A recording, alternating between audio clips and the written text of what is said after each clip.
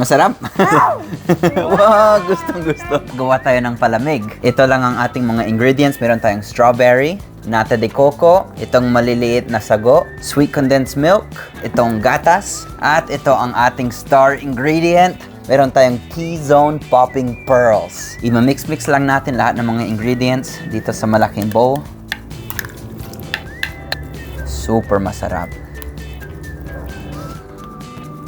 Mga 2 cups siguro ng gatas. Depende kung... madami pala yan, no? Tapos, i-mix na natin. Oh, ang ganda na. Sige, konting gatas pa.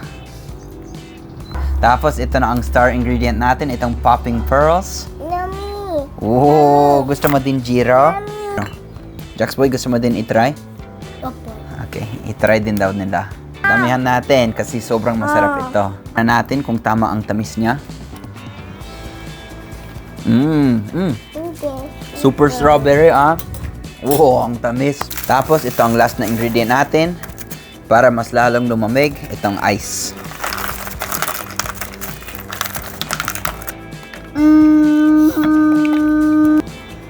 Masarap? Wow, gustong gusto. Thumbs up sabi ni Jiro. Akala ko hindi niya nagustuhan. Thumbs up pala, ah. Okay, patikim natin kay Mami. Sobrang daming strawberry. Itong strawberry popping pearls. Gusto mo ito? Ito ang favorite part ni Jiro. Itong popping pearls. Gusto niya eh. Talaga. Yan, sa'yo na yan, Jiro.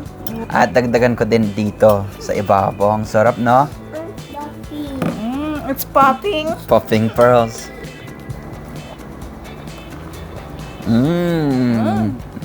Ang sarap, ha? Wow. Super strawberry, no?